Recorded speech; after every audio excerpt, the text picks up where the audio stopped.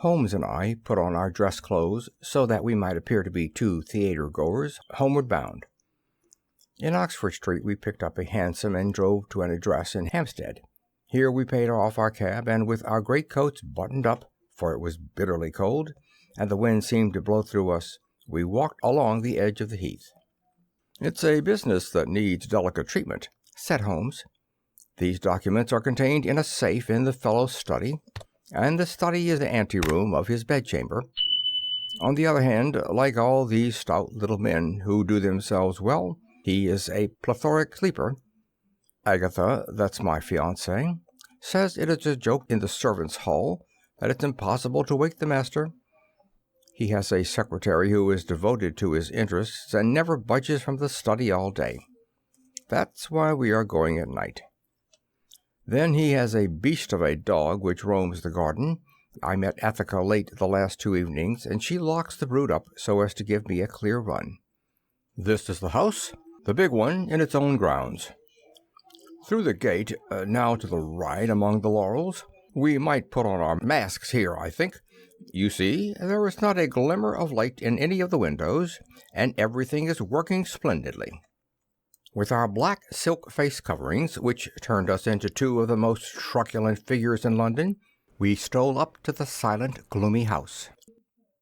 A sort of tiled veranda extended along one side of it, lined by several windows and 2 doors. "That's his bedroom," Holmes whispered. "This door opens straight into the study. It would suit us best, but it is bolted as well as locked, and we should make too much noise getting in. Come round here. There's a greenhouse which opens into the drawing-room." The place was locked, but Holmes removed a circle of glass and turned the key from the inside. An instant afterwards he had closed the door behind us, and we had become felons in the eyes of the law. The thick, warm air of the conservatory and the rich, choking fragrance of exotic plants took us by the throat. He seized my hand in the darkness and led me swiftly past banks of shrubs which brushed against our faces. Holmes had remarkable powers, carefully cultivated, of seeing in the dark.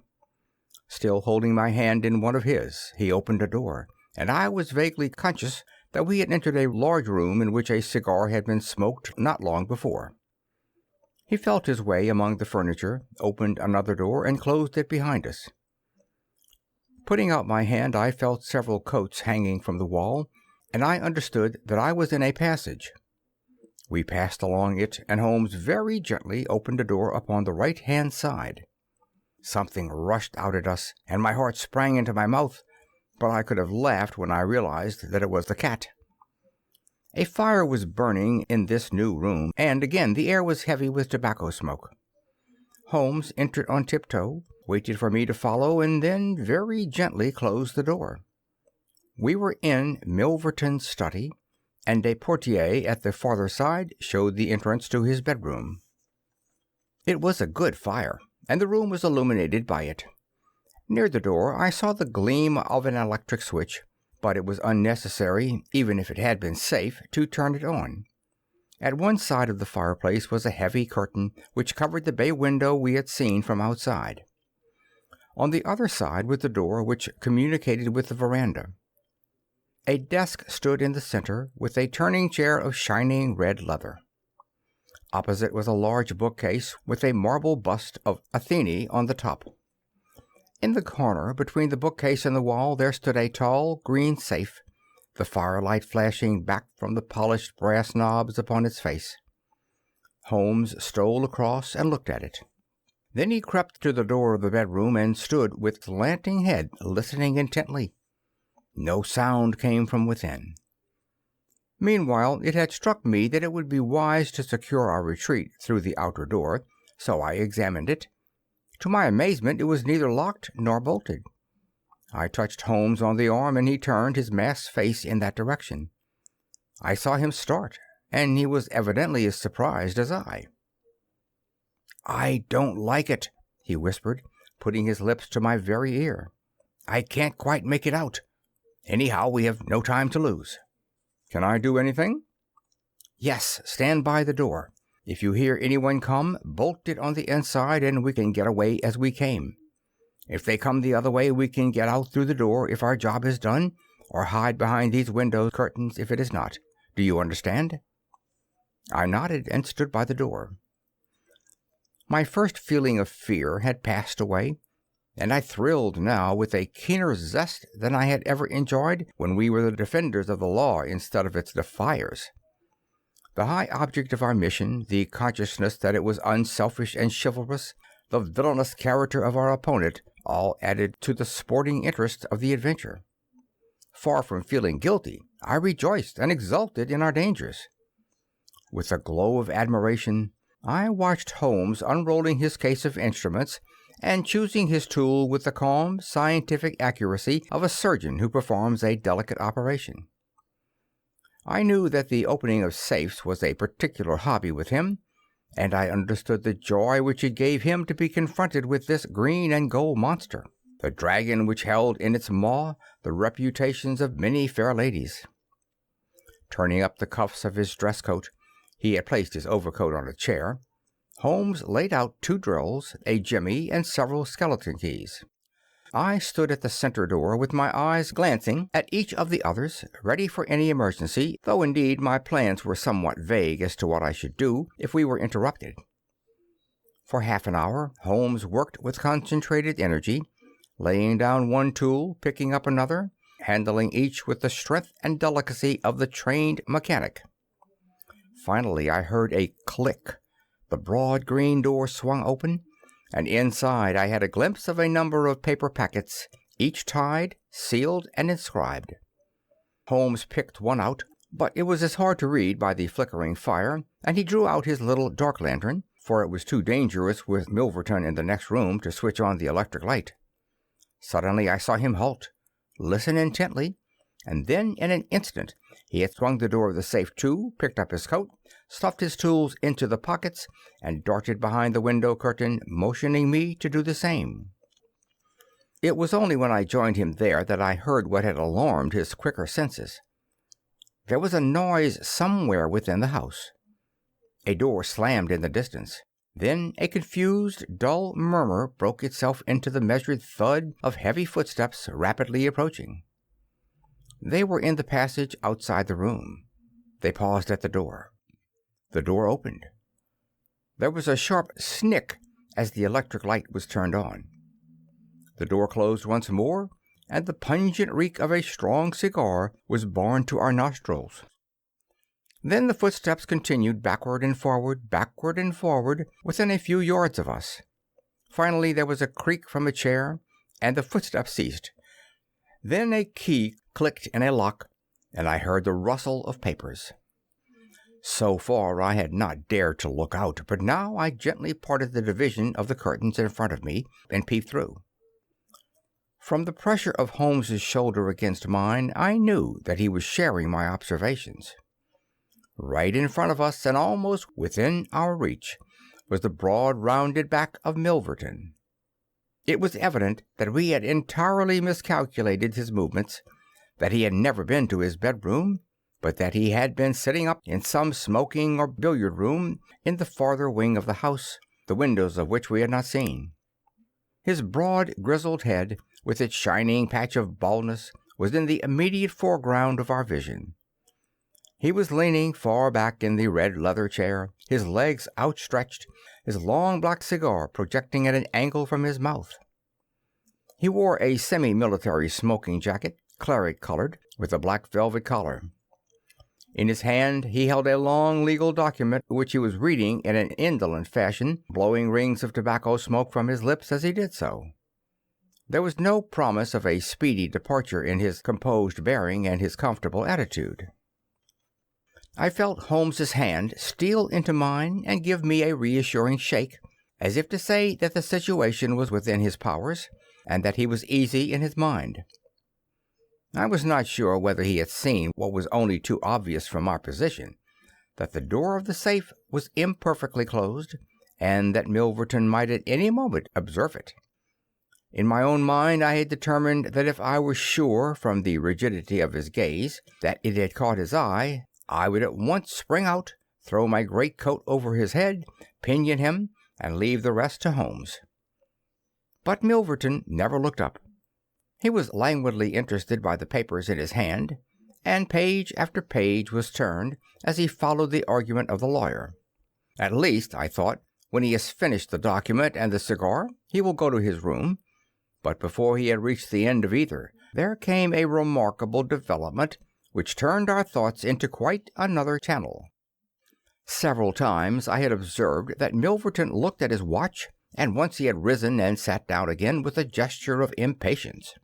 The idea, however, that he might have an appointment at so strange an hour never occurred to me until a faint sound reached my ears from the veranda outside. Milverton dropped his papers and sat rigid in his chair. The sound was repeated, and then there came a gentle tap at the door. Milverton rose and opened it. "Well," said he curtly, "you are nearly half an hour late." So this was the explanation of the unlocked door and the nocturnal vigil of Milverton. There was the gentle rustle of a woman's dress. I had closed a slit between the curtains as Milverton's face had turned in our direction, but now I ventured very carefully to open it once more. He had resumed his seat, the cigar still projecting at an insolent angle from the corner of his mouth. In front of him, in the full glare of the electric light, there stood a tall, slim, dark woman, a veil over her face, a mantle drawn round her chin. Her breath came quick and fast, and every inch of the lithe figure was quivering with strong emotion. "Well," said Milverton, "you made me lose a good night's rest, my dear. I hope you'll prove worth it. You couldn't come any other time, eh?" The woman shook her head. "Well, if you couldn't, you couldn't. If the Countess is a hard mistress, you have your chance to get level with her now. Bless the girl, what are you shivering about? That's right, pull yourself together. Now let us get down to business." He took a notebook from the drawer of his desk. "You say that you have 5 letters which compromise the Countess of D'Albert. You want to sell them, I want to buy them. So far so good. It only remains to fix a price. I should want to inspect the letters, of course, if they are really good specimens. Great heavens, is it you?" The woman, without a word, had raised her veil and dropped the mantle from her chin. It was a dark, handsome, clear-cut face which confronted Milverton. A face with a curved nose, strong dark eyebrows shading hard, glittering eyes, and a straight, thin-lipped mouth set in a dangerous smile. "It is I," she said, "the woman whose life you have ruined." Milverton laughed, but fear vibrated in his voice. "You were so very obstinate," said he. "Why did you drive me to such extremes? I assure you I wouldn't hurt a fly on my own account, but every man has his business, and what was I to do? I put the price well within your means. You would not pay." "So you sent the letters to my husband, and he, the noblest gentleman that ever lived, a man whose boots I was never worthy to lace, he broke his gallant heart and died. You remember that last night when I came through that door, I begged and prayed you for mercy, and you laughed in my face as you are trying to laugh now. Only your coward heart cannot keep your lips from twitching. Yes, you never thought to see me here again, but it was that night which taught me how I could meet you face to face and alone.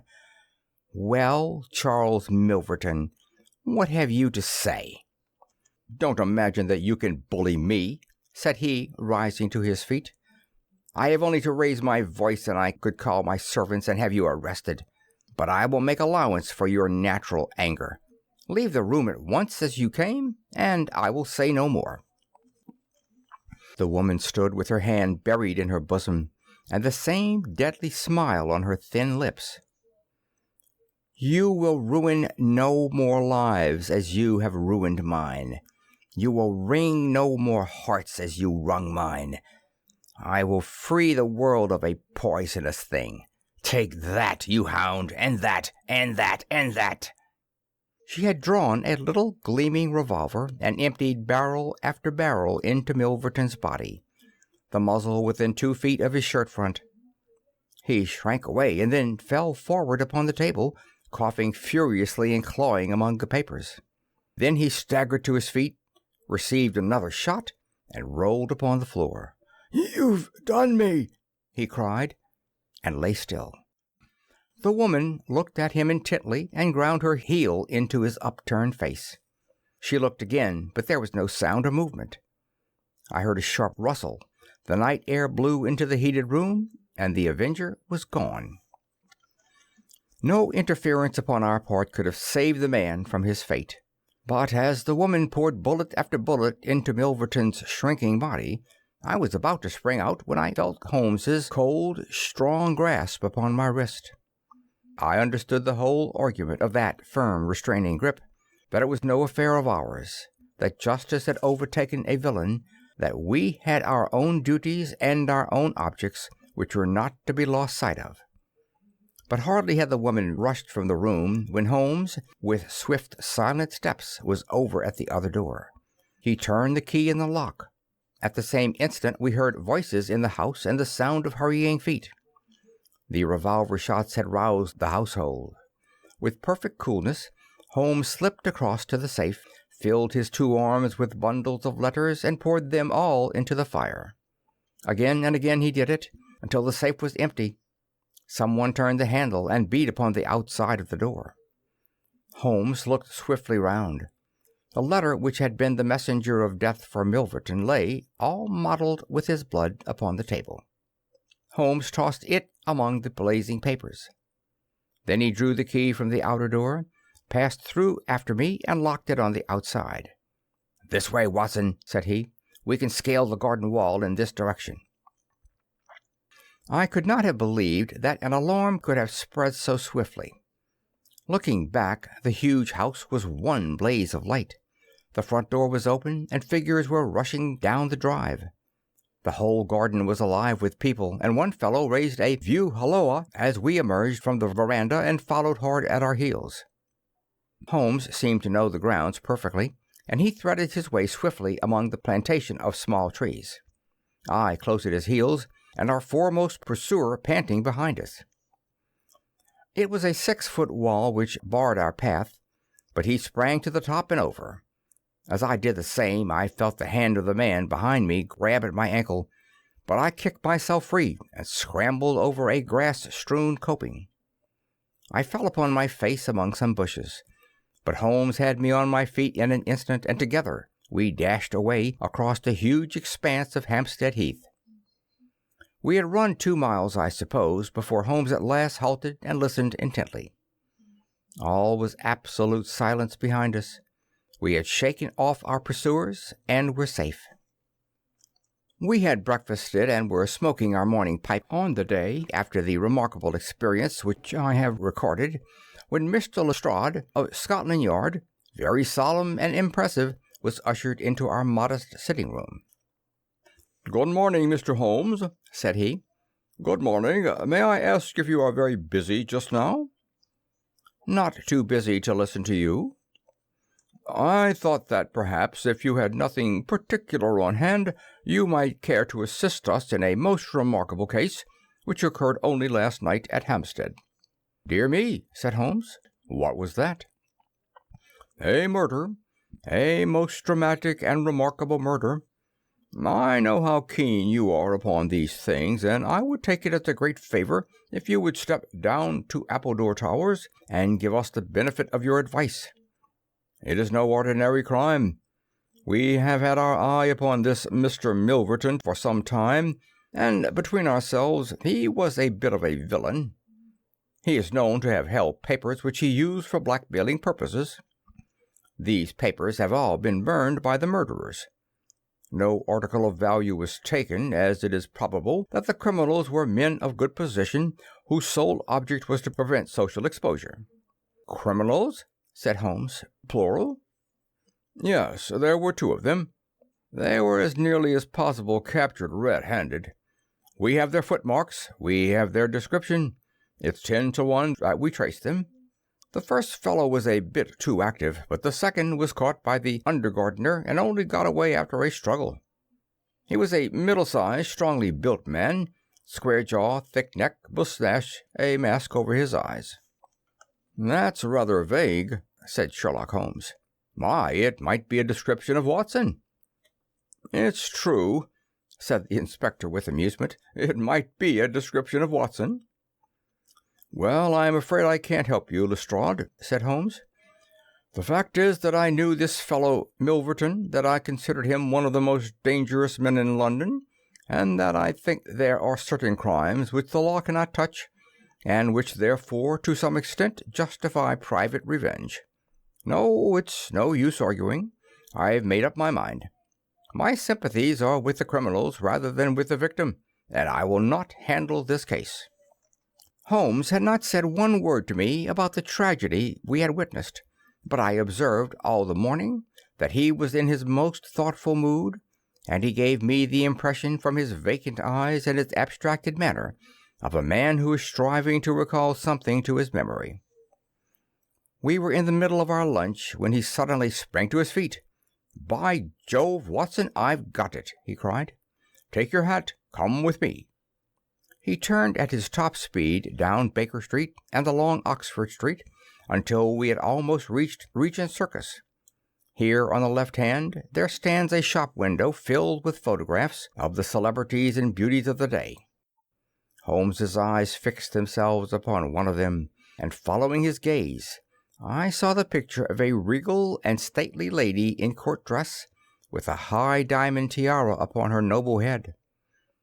I looked at that delicately curved nose, at the marked eyebrows, at the straight mouth and the strong little chin beneath it. Then I caught my breath as I read the time-honored title of the great nobleman and statesman whose wife she had been. My eyes met those of Holmes, and he put his finger to his lips as we turned away from the window.